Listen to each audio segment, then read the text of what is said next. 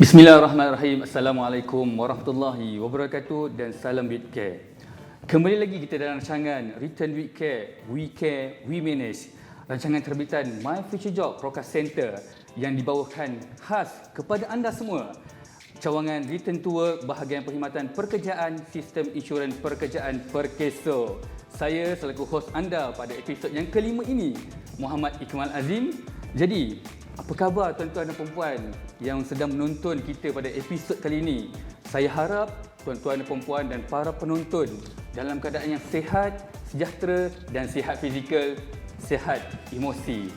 Jadi pada penonton yang baru sahaja mengikuti program ataupun rancangan kita pada hari ini adalah rancangan Return with Care yang mana kita akan menceritakan atau kita berkongsikan kepada para penonton mengenai dengan maklumat mengenai apakah itu Return to Work dan apakah jenis-jenis perkhidmatan yang Return to Work sediakan kepada para pencarum.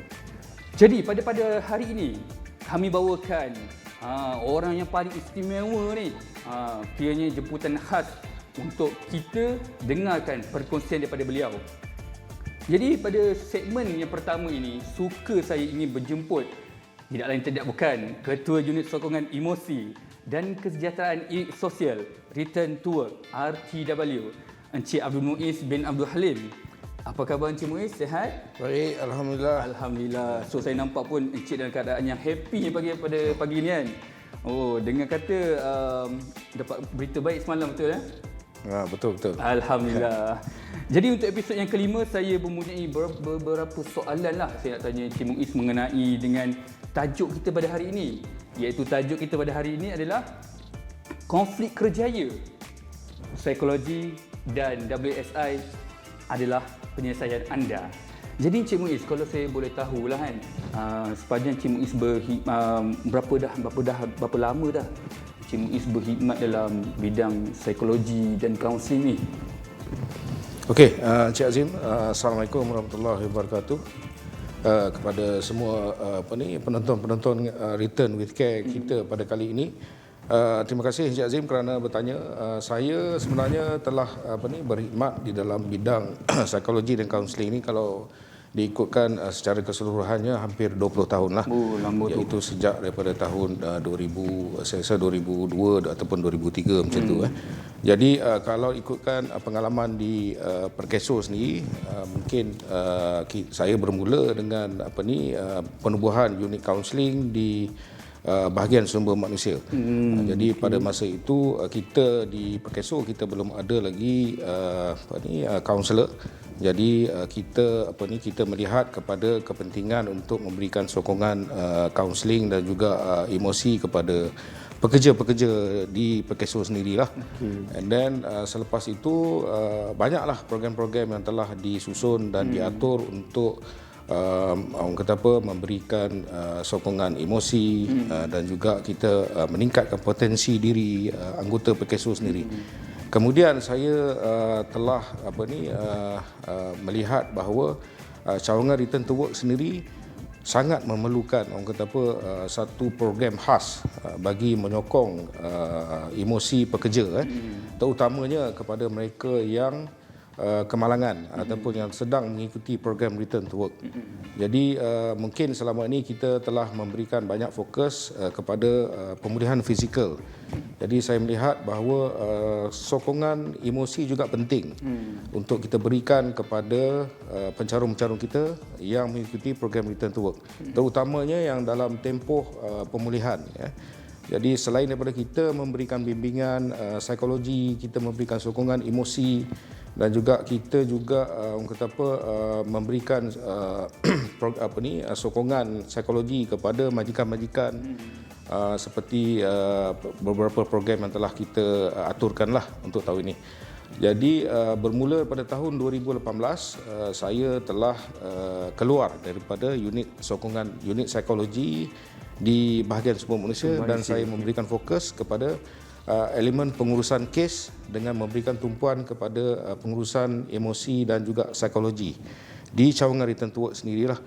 Jadi sebenarnya unit sokongan psikologi ini masih lagi merangkak-rangkak lah, masih lagi baru. Kita juga telah merancang beberapa program untuk masa akan datang lah. Jadi bermula pada tahun lepas, terutamanya di musim pandemik, kita melihat bahawa sokongan psikologi dan emosi ini sangat penting untuk kita berikan kepada pencarum-pencarum kita lah, terutamanya peserta program Return to Work lah. Baik Cik Muiz, kalau kita lihat tadi, kalau apa yang Cik Muiz katakan, Cik Muiz telah berkhidmat dalam hampir 20 tahun ya dalam bidang kaunseling dan psikologi ni lah. Jadi kalau saya dapat tahu pun pelbagai, kalau ikutkan sebelum ni Cik Muiz berkecimpung di bahagian sumber manusia, and then baru dipindahkan di bahagian Return to Work. Right. So boleh tak saya tahu apakah peranan unit sokongan psikologi ni di Return to Work itu sendiri? Okey, baik. Seperti mana yang saya maklumkan tadi, unit sokongan psikologi ini dia sebenarnya kita memberikan fokus kepada memberikan motivasi kepada kita punya pencarum, terutamanya yang mengikuti program Return to Work lah. Jadi ada beberapa elemen lah dalam kita memberikan motivasi, iaitu termasuk bimbingan psikologi, bimbingan kaunseling, dan juga kita memwujudkan beberapa program sokongan kepada majikan. Jadi dia ada beberapa perkara di situ yang kita perlu memberikan fokus lah, bukan sahaja kepada pencarum itu, tetapi secara keseluruhan kita juga perlu memberikan latihan kepada majikan agar mereka ni lebih lebih mengamalkan kemahiran-kemahiran kaunseling di tempat kerja bagi membantu pekerja-pekerja yang mungkin menghadapi masalah daripada segi emosi dan juga psikologi lah. Jadi peranannya saya lihat agak sama dengan apa yang saya lakukan sebelum ini. Cumanya bezanya selama ini mungkin saya memberikan fokus kepada anggota PKSO dalaman. Tetapi sekarang ni tanggungjawab itu lebih kepada kita punya pencarum lah, dan kita punya stakeholder ataupun kita punya pemegang taruh kepada PKSO lah. Ya. So sebelum ni kiranya dia lebih fungsi kepada para pekerja. Tapi betul, sekarang ni kita dah berfokus kepada kita punya majikan yang mencarum dengan kita lah kan. Dengan pekerja lah. Dengan pekerja sekali. Jadi kalau kita melihat Encik Muiz telah berbicara mengenai dengan isu COVID. Kalau kita melihat isu COVID ni bukan perkara yang boleh kita melihat secara sudut kecil. Tapi kita boleh melihat isu COVID ni sangat besar isu dia. Bukan sahaja krisis ekonomi, bukan disebabkan pelbagai isu-isu. Tetapi kalau kita melihat kepada pencarum-pencarum PKSO, ada juga yang mengalami kehilangan orang yang tersayang. Jadi bagaimana unit sokongan psikologi ni dapat membantu pencarum dalam mengenai isu kesedihan ataupun kehilangan orang yang tersayang? Okey, berbalik kepada cerita sokongan emosi kepada kita punya pekerja ataupun kita punya pencarum. Kesedihan ni maksudnya yang paling ketara sekali itu adalah antara punca kita menubuhkan unit sokongan psikologi lah pada tempoh pandemik tersebut, iaitu kemuncaknya pada tahun 2021 lah, ya, di mana kita melihat ramai di kalangan pencarum-pencarum kita yang kehilangan pekerjaan dan juga ada yang mengalami kematian dan sebagainya akibat daripada COVID-19 lah. Jadi di situ kita melihat bahawa sokongan emosi ni kalau kita tidak cuba untuk memberikan sokongan kepada pekerja ini, maksudnya mungkin mereka pun di dalam dalam keadaan tidak tahu di mana akan mendapatkan pertolongan dan sebagainya lah. Jadi itulah sebabnya kita mewujudkan unit sokongan psikologi ini, memberikan fokus kepada majikan-majikan yang memerlukan perkhidmatan daripada kita untuk kita sebarkan, maksudnya ilmu-ilmu berkaitan bagaimana untuk menangani kesedihan lah. Jadi kesedihan ni ataupun kita panggil grief lah, grieving ataupun kesedihan, di mana kita lihat yang paling terkesan sekali adalah pekerja-pekerja yang mungkin kehilangan rakan sekerja ataupun mungkin kehilangan ahli keluarga, di mana itu kalau kita tidak tangani dengan teknik-teknik yang dikatakan untuk mengatasi kesedihan ini, jadi mungkin mereka akan mengalami satu peringkat kemurungan yang melampau, dan mungkin akan mengakibatkan mereka ni akan cuba ataupun berniat untuk membunuh diri dan sebagainya lah. Jadi itulah yang kita ingin elakkan, sebab kita punya fokus sekarang ni adalah merupakan sokongan psikologi ni dia bersifat luas lah, maksudnya kan, bukan kepada mereka yang terlibat dalam kemalangan sahaja, tetapi mungkin mereka yang mungkin terlibat dengan kehilangan pekerjaan ataupun kematian ataupun penyakit-penyakit yang orang kata apa, penyakit yang agak kritikal dan mungkin memerlukan rawatan sepanjang hidup. Contohnya macam penyakit-penyakit yang melibatkan dialisis dan sebagainya kan. Itu orang kata apa, melibatkan rawatan sepanjang hidup lah, sehingga orang kata apa, akhir hayat. Dan mereka ini mungkin akan mengalami satu peringkat kesedihan ataupun grieving kan. Grieving tu kesedihan yang orang kata apa, mungkin mereka sendiri cuba untuk menafikan, dan juga mungkin mereka juga akan marah kepada diri sendiri ataupun marah kepada keadaan sekeliling dan sebagainya, kenapa mereka mengalami penyakit itu dan kenapa mereka inilah orang kata apa yang dipilih untuk mengalami penyakit itu kan. Maksudnya mereka dalam keadaan orang kata apa, cuba untuk menafikan, dan juga dalam keadaan orang kata mereka cuba berunding dengan diri mereka sendiri, dan juga menyalahkan orang lain dan sebagainya. Itu adalah peringkat-peringkat dalam kita panggil grieving lah, ataupun kita panggil kesedihan ataupun meratapi kesedihan yang berlaku kepada diri mereka.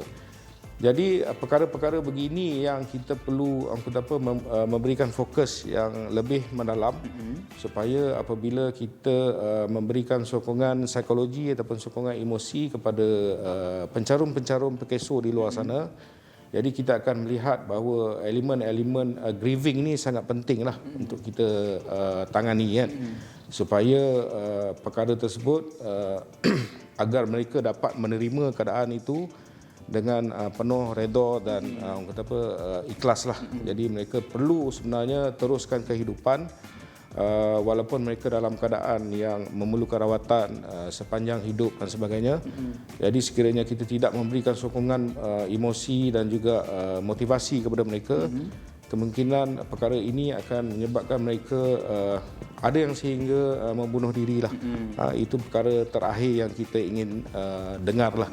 Kalau boleh tu kita kita nak menyekat yang itulah, supaya mereka ni terus kuatkan semangat dan juga teruskan kehidupan lah. Okey. Kalau kita dengar tadi apa yang Encik kongsikan kepada kita semua, ya para penonton, isu yang melibatkan grief ataupun grieving ni sangat kita kena titik beratkan lah. Especially orang-orang awam. Biasanya kita lihat perkara-perkara yang mengenai dengan emosi ni, orang melihat dengan perkara sekecil-kecil zaraf. Tetapi kalau kita melihat, kita kena berpegang teguh pada 3 konsep, iaitu kemaafan, syukur dan redha. Kalau kita berpegang teguh pada 3 konsep ni, insya-Allah kita akan menjaga bukan sahaja orang luar, tapi orang yang kita paling sayang pun kita akan jaga. Kalau kita melihat juga, Encik Muiz ada katakan tadi mengenai dengan tanpa kita kalau kita tidak rawat atau kita tak membimbing orang-orang yang mempunyai ataupun kita boleh kata stres lah. Stres bukan sahaja mengenai COVID ataupun kehilangan someone, tetapi mungkin ada stres di tempat kerja. Kalau kita tidak lebih mendalami mereka, mungkin mereka akan ke another fasa, which is state to suicide ataupun akan mengalami depression lah. Jadi kalau kita lihat Cik Muiz dah bercerita tentang grieving, ada fasa-fasa dia. Jadi apakah tindakan ataupun aktiviti yang unit sokongan psikologi telah lakukan, dan apakah aktiviti yang terbaru ni unit sokongan psikologi telah usahakan? Baik, okey, terima kasih Cik Azim.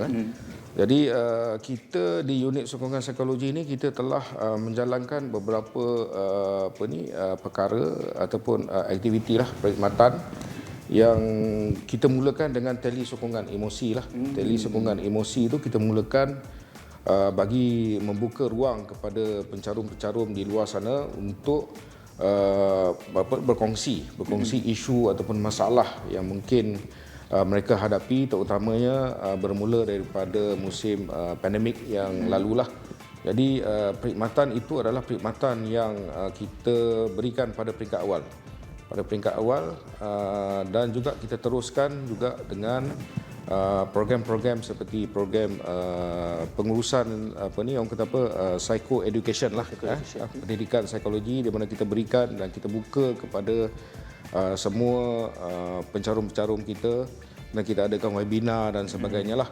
Yang tu memang kita lakukan secara besar-besaran lah kalau ikutkan pada tahun lepas, di mana kita mungkin kita reach out kepada semua pekerja di setiap negeri, dan kita tayangkan orang kata ialah pada musim PKP tu, maksudnya kita tak boleh adakan secara fizikal, jadi kita adakan secara webinar dan sebagainya lah, dan kita telah mengadakan di setiap negeri pada tahun lepas.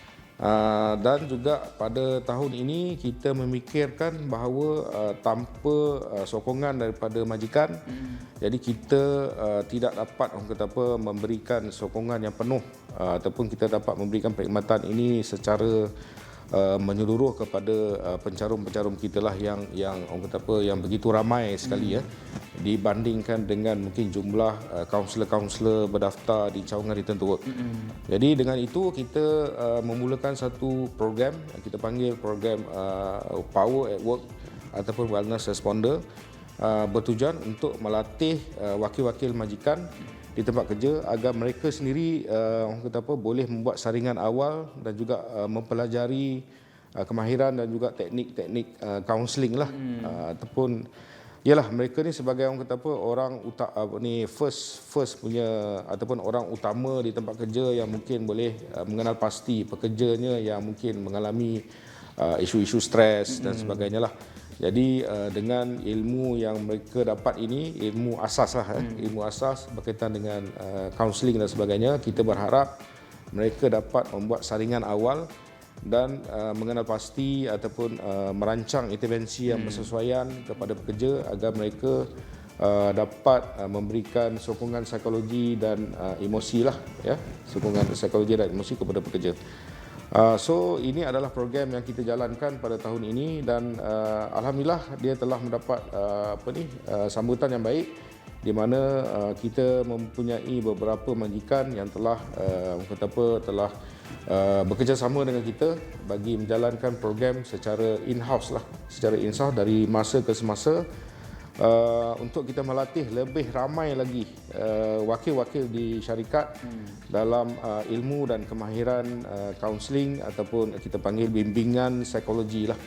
Jadi kita berharap bahawa program ini akan dapat membantu lebih ramai pencarum-pencarum dekat luar sana agar mereka ni lebih terpelihara daripada kesihatan mental, dan juga sejahtera lah.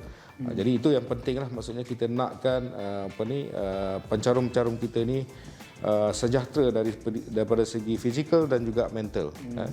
Jadi mungkin itu menjawab persoalan saya, persoalan Cik Azim. Okay. Jadi kalau kita lihat pada awalnya kita banyak firstnya kita bermula dengan telesokongan emosi, betul ya? Okey, kalau saya sedia maklum, kalau kita melihat statistik daripada talian sokongan emosi dan beberapa email yang telah kita terima, so unit sokongan psikologi lebih hampir saya fikir lebih 1,000 panggilan, dan kita menerima email daripada pihak luar lah, which is kita apa yang Cik Muiz maklumkan kepada kita semua. Untuk tele sokongan emosi ni memang unit sokongan emosi dia public kan, which is bukan kepada pencarum saja tapi untuk semua orang. Yang keduanya, kalau kita lihat ada aktiviti mengenai wellness responder at workplace, which is power at work, yang mana saya difahamkan juga program itu dia menggunakan asas bimbingan Cik, lebih detail kepada majikan-majikan, majikan-majikan. Dan kalau kita lihat ada juga yang bertanya kenapa telesokongan emosi ini sangat penting dalam isu pandemik, dan kalau kita lihat banyak sekarang ni daripada KKM dan pelbagai lagi lah, banyak yang berceritakan tentang telesokongan emosi. Kita kena ingat bahawa tidak semua orang ingin luahkan secara face to face, ada orang yang ingin meluahkan melalui panggilan sahaja. Jadi Encik Muiz, apakah cadangan ataupun penambahbaikan yang akan dilakukan oleh unit sokongan psikologi? Okey, terima kasih Cik Azim sekali lagi. Antara cadangan untuk penambahbaikan. Kita berharap bahawa di masa-masa akan datang perkhidmatan sokongan psikologi ini dapat diberikan kepada ahli keluarga. Itu memang perancangan kita di sejak awal lagi. Cuma kita berharap di masa akan datang ia menjadi satu kenyataan lah. Di mana program itu kita panggil program Employee Family Assistance Program. Jadi selain daripada kita memberikan sokongan emosi kepada pencarum kita yang mencarum dengan Perkeso, dan kita juga akan extend kepada family ataupun keluarga yang terdekat dengan pencarum tersebut. Jadi sebab dia satu orang kata apa, sistem sokongan ini, sokongan sosial, kita panggil sokongan sosial ni sangat penting agar orang kata apa, sekiranya family itu kita juga memberikan mungkin tips-tips bagaimana untuk memberikan sokongan ataupun motivasi kepada pekerja. Jadi ia akan melengkapkan satu proses yang dipanggil social support lah, ataupun sokongan sosial lah. Jadi di situ itu adalah harapan kita lah, dan kita berharap juga bahawa semua majikan-majikan ini terus mendapatkan kita punya perkhidmatan dari semasa ke semasa dan memberikan sokongan kepada kita punya program-program yang kita rancang di masa-masa akan datang lah. Jadi banyak lagi sebenarnya program yang kita rancang kepada majikan dan juga pekerja. Kita berharap itulah salah satunya program Wellness Responder ni akan diteruskan, dan mungkin akan ada lagi modul-modul penambahbaikan lah yang kita akan berikan dari semasa ke semasa lah. Ya. Okey, kalau kita melihat tadi Encik Muiz ada ceritakan bersama kita adalah kita akan kepada bukan sahaja lepas ni tak ada dah kepada pencarum sahaja. Lepas ni mungkin keluarga anda pula. Keluarga anda pula yang akan kita bantu. Sebab kita akan memperluaskan lagi dalam sudut emosi kepada keluarga selepas ini. Dan semoga macam Encik Muiz katakan tadi, program Power ni supaya diperluaskan. Mungkin ada lagi beberapa pembajikan dan kita akan tambahkan lagi beberapa modul-modul yang bersesuaian dengan para pencarum kita. Jadi Encik Muiz, tidak cantiklah kalau kita tak dengar harapan Ketua Unit Sokongan Psikologi dan Kesejahteraan Sosial. Jadi apakah hala tuju unit sokongan psikologi ni untuk return tour? Hala tuju Jadi hala tujunya boleh dikatakan bahawa kita akan meneruskan orang kata apa, perkhidmatan sokongan seperti tali sokongan emosi ini, dan kita akan panjangkan kepada lebih ramai lagi lah, lebih ramai lagi peserta-peserta daripada program return to work lah sendiri. Dan kita akan kalau boleh tu kita akan mewajibkan bahawa setiap peserta program return to work itu yang mungkin setelah disaring melalui ujian-ujian psikologi dan psikometrik, sekiranya mereka didapati memerlukan orang kata apa, sokongan psikologi dan memerlukan motivasi dan sebagainya, kita akan wajibkan bahawa mereka ini dihantar kepada kaunselor-kaunselor sedia ada lah, kaunselor RTW sedia ada yang berada di setiap negeri. Dan mereka ni dari semasa ke semasa mereka terus diberikan sokongan motivasi, sokongan psikologi dan juga kaunseling lah, ya.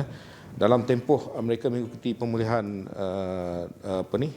pemulihan rehabilitasi fizikal dan sebagainya lah. Jadi selain daripada itu, itulah hala tuju tu kita berharap bahawa kita dapat memperluaskan khidmat sokongan psikologi ini kepada keluarga, ahli keluarga kepada pencarum kita. Itu adalah memang matlamat ataupun hala tuju yang kita sasarkan lah di masa-masa akan datang lah. Saya rasa mungkin itu saja setakat inilah. Jadi mungkin banyak lagi benda-benda yang kita boleh bincangkan di masa akan datang lah. Boleh insya-Allah. Alright, jadi itu dia perkongsian daripada Ketua Unit Sokongan Psikologi dan Kesejahteraan Sosial Return Tour Encik Abdul Muiz bin Abdul Halim. Kita boleh katakan Cik Muiz ni sebagai nakoda kapal lah untuk unit sokongan ni, sebab tanpa beliau mungkin kewujudan unit sokongan ni mungkin tidak terwujud. Jadi sebelum kita tamatkan segmen ni Cik Muiz, saya nak minta sedikit lah, mungkin Cik Muiz boleh bagi pesanan ataupun apa-apa ungkapan kepada para penonton kita mengenai dengan mungkin isu semasa yang kita sering kali dengar tentang kesihatan mental di dunia sekarang. Pesanan akhir Pesanan akhir. Pesanan akhir saya itulah, kita perlu orang kata apa, sentiasa sihat daripada segi mental dan juga fizikal, dan sekiranya kita ingin sejahtera daripada sudut emosinya, kita haruslah sentiasa memberikan kebaikan dan juga orang kata apa, jangan ternanti-nanti, teruskan memberikan kebaikan kepada orang, dan juga dengan niat yang baik itu, insya-Allah kita akan orang kata apa, mendapatkan kesejahteraan emosi dan juga psikologi lah. Jadi itu sajalah kot. Terima kasih lah kerana orang kata apa. Jadi ungkapan yang terindah untuk para penonton adalah kindness. Kita sentiasa memberikan kebaikan kepada orang, insya-Allah orang akan memberikan kebaikan kepada kita semula. Jadi, terima kasih kepada Encik Muiz atas masa dan perkongsian maklumat kepada kita semua. Jadi, baiklah. So, kita akan berehat seketika. Sebelum ke segmen seterusnya, jangan ke mana-mana. Kita akan sambung lagi selepas ini dengan topik WSI pula.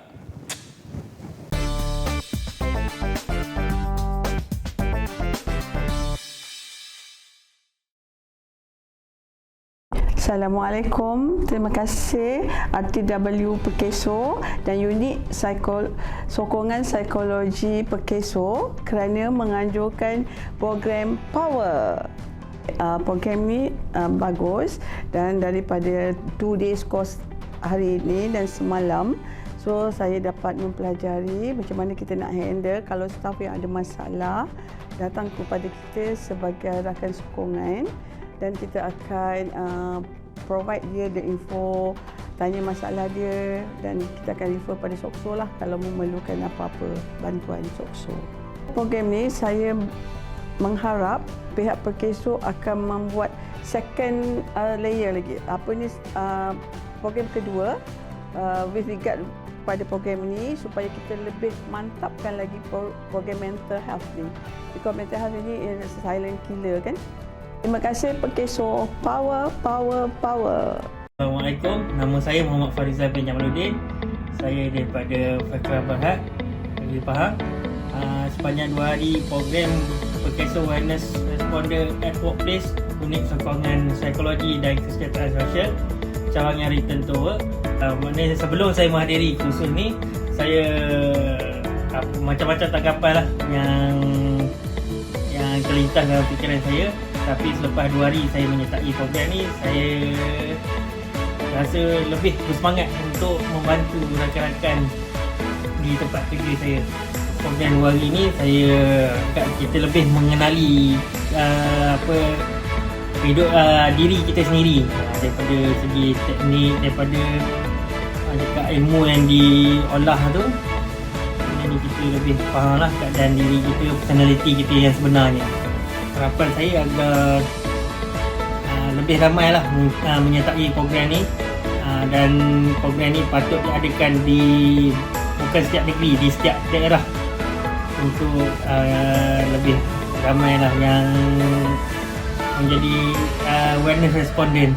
Akhir kata, terima kasih kepada Perkeso dan terima kasih kepada Return to Work. Power, power, power. Faham? Boleh. Banyak responder. Power.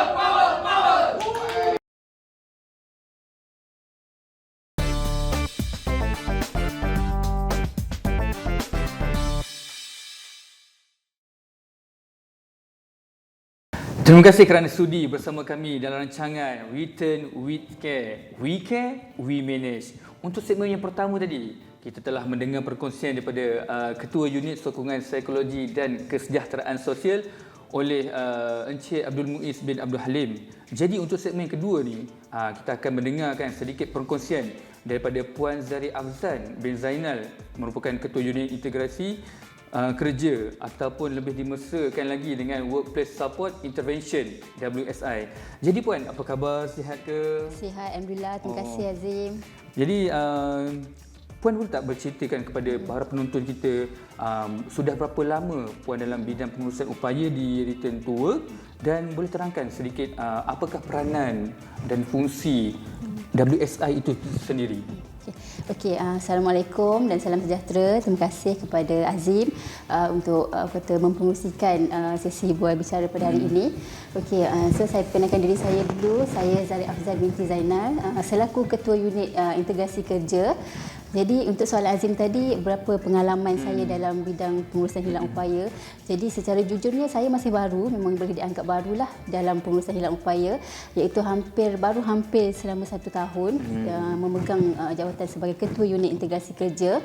Jadi pengalaman saya ataupun saya panggil latar belakang saya lah actually daripada bidang keselamatan dan kesihatan pekerjaan, atau lebih dikenali sebagai OSH. Jadi oleh itu saya diberi tanggungjawab lah untuk mengetuai unit integrasi kerja, yang mana peranan utamanya adalah melakukan program Workplace Support Intervention. Alright. Yang mana peranan dan fungsi program Workplace Support Intervention ini adalah membantu kes-kes rujukan yang mana orang berinsurans yang menyertai program Return to Work yang dirujuk ke WSI, iaitu yang mereka terutama yang mengalami masalah kognitif dan juga physical deficit, mereka mengalami limitasi ataupun kesukaran dalam melakukan kerja.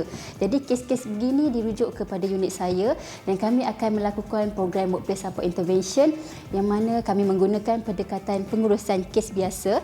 Seterusnya kita tambah dengan elemen job coaching dan juga pengurusan risiko keselamatan dan kesihatan pekerjaan, yang mana lebih dikenali di luar sana dengan HIRAT kita panggil. Jadi inilah elemen dalam Workplace Support Intervention, iaitu pengurusan kes kita combinekan dengan job coaching dan juga HIRAT. So ini adalah elemen baru yang dibangunkan oleh Perkeso lah. Okey. Jadi kalau kita tahu tadi dia ada more kepada job coach kan, kepada intervensi more kepada bahagian kognitif dan kita punya fizikal lah kan. Betul. Jadi pada kali ini Puan akan mengulaskan, boleh tak Puan mengulaskan tentang bagaimana cawangan Return to Work ni dapat membantu pencarum dalam Workplace Support Intervention itu sendiri? Okey, so seperti saya maklumkan tadi lah, Workplace Support Intervention ni adalah kita gabungan elemen pengurusan kes biasa, job coaching dan juga pengurusan risiko keselamatan dan kesihatan pekerjaan. Jadi orang-orang berinsurans yang dah menyertai Return to Work, yang menyertai program Workplace Support Intervention ni akan dibantu dengan orang kata sokongan yang lebih intensif, yang mana sekiranya mereka memulakan job coaching, kita akan bagi job coaching tu, maksudnya kita betul-betul coachkan dia. Kami punya Workplace Support expert, kami ada 14 orang Workplace Support Intervention expert di seluruh Malaysia. So mereka akan melakukan semua intervensi ini untuk matlamat utama adalah untuk membantu OB untuk kekal dalam pekerjaannya, kerana dia mengalami limitasi dan kesukaran bekerja. Jadi dengan job coach, dengan HIRAT yang kita lakukan, kita bermatlamat untuk membantu pencarum-pencarum ini untuk kekal dengan pekerjaan yang dilakukan sekarang. So itulah antara apa WSI dapat membantu pencarum-pencarum Perkeso. Okey. Kalau kita tengok tadi pun dia menyatakan bahawa WSI ni lebih membantu untuk kita nak kekalkan para pekerja kita yang ada isu lah dari segi bahagian kognitif dia ataupun fizikal lah. Alright, jadi untuk unit WSI itu sendiri, kita mesti tahu mungkin ada beberapa aktiviti yang telah dilakukan oleh unit WSI. Jadi apakah aktiviti semasa dan aktiviti yang akan dilaksanakan oleh unit WSI? Okey, terima kasih Azim. Okey, jadi untuk aktiviti semasa dan akan datang, sekarang aktiviti semasa adalah kami menguruskan kes-kes rujukan. Untuk makluman semua, kita buat masa inilah kita dah menerima hampir 32 kes rujukan WSI. Jadi kita punya tim WSI expert menguruskan kes rujukan ini, dan seterusnya kami juga untuk akan datang kami juga akan menjadualkan akan melakukan seminar latihan keselamatan dan kesihatan pekerja kepada pengurus kes dan penolong pengurus kes kita, dan juga webinar kepentingan WSI kepada majikan. So yang mana dua aktiviti ini dijadualkan bermula pada September ini dan akan berakhir pada November nanti. Jadi untuk aktiviti akan datang untuk next year, plan pertama adalah kita akan melakukan bengkel WSI itu sendiri. Seperti saya maklumkan tadi, buat masa ini WSI adalah modul di dalam program Return to Work Coordinator. Jadi untuk tahun hadapan kita mencadangkan untuk melakukan bengkel WSI itu sendirilah. Maknanya hanya tim WSI sahaja yang melakukan aktiviti ini. Itu adalah beberapa perkongsian ataupun aktiviti yang akan dijalankan oleh unit WSI. Jadi Puan, kalau kita lihat mungkin orang di luar sana tertanya, adakah WSI ni seperti workplace hazard? Okey, workplace hazard. Okey. So kalau kata WSI seperti workplace hazard tu dia berbeza lah. Maksudnya sebab cuma tadi saya sebutkan dalam elemen WSI kita ada high-rate ataupun pengurusan risiko. Jadi pengurusan risiko keselamatan dan kesihatan pekerjaan inilah melalui high-rate lah kita mengenal pasti workplace hazard. Jadi bila kita dah dapat hazard tu dan kita cuba lakukan langkah kawalan lah, atau kita panggil hierarchy of control untuk kalau sekiranya hazard itu dapat dihapuskan dan kita hapuskan untuk membantu pencarum-pencarum kita. Okey. Jadi Puan, kalau kita tengok pelbagai aktiviti yang Puan dah lakukan bersama unit kan, dan ada juga kita dah tahu hala tuju WSI itu sendiri. Jadi Puan, boleh tak Puan berkongsi dengan kita apakah hala tuju dan cadangan untuk pendambahbaikan unit WSI itu sendiri? Okey. So untuk hala tuju unit saya, jadi seperti saya maklumkan tadi, so far kita orang kata baru menerima 32 rujukan kes ke WSI. Jadi hala tuju pertama adalah saya orang kata ingin mempromosikan dulu WSI ini kepada kita punya pengurus kes dan penolong pengurus kes, kerana kita menerima rujukan hanya buat masa inilah hanya daripada pengurus kes dan penolong pengurus kes kita. Jadi penting untuk unit saya melakukan promosi, orang kata mewawarkan program ini kepada semua pengurus kes dan penolong pengurus kes agar kami menerima lebih tinggi lagi rujukan kes ke WSI. Dan juga salah satu lagi hala orang kata cadangan untuk masa akan datanglah, saya ingin memberi cadangan, bukan memberi cadangan, ingin mewawarkan kepada orang awam, bukan hanya pencarum pekesa, untuk memberikan sokongan ataupun kita panggil natural support kepada orang kata semua orang-orang berinsurans yang mengalami hilang upaya, kerana natural support ni sangat penting untuk membantu OB-OB untuk kekal dalam pekerjaan mereka. Okey, jadi terima kasih Puan. Kita pun sebenarnya dah di penghujung episod. Okey.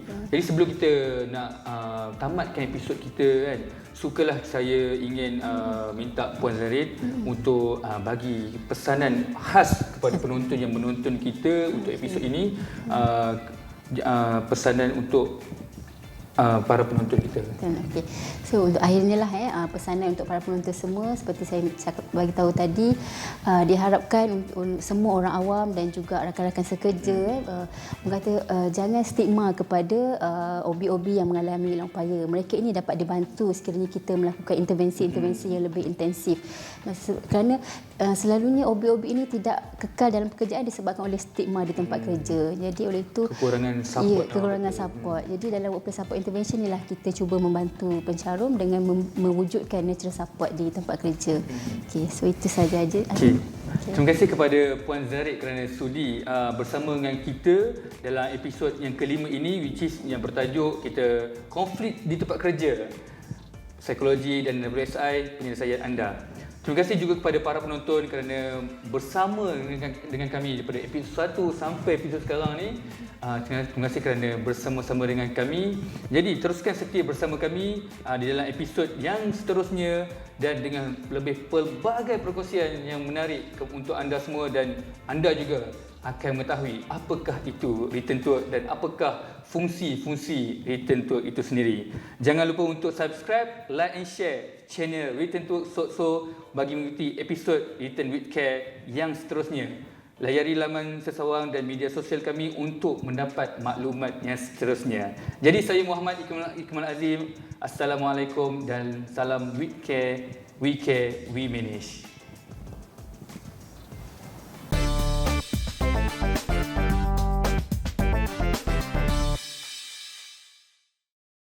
Menarik minggu ini untuk episod yang ke-6. Kita akan bersama dengan tetamu jemputan istimewa, iaitu Ketua Unit Pemerkasaan Keusahawanan dan Vocational, Encik Fandi Sanizan Jurub. untuk kita merungkai tentang beberapa topik menarik termasuklah berkenaan dengan barisan kejayaan barisan RTW-Preneur, RTW Shop dan fungsi unit itu sendiri. Jangan lupa untuk tonton episod yang ke-6 dengan tajuk Memacu Kejayaan Menjadi Realiti. Semuanya bermula di sini pada 11 November 2022 jam 8 malam di YouTube RTW Sokso.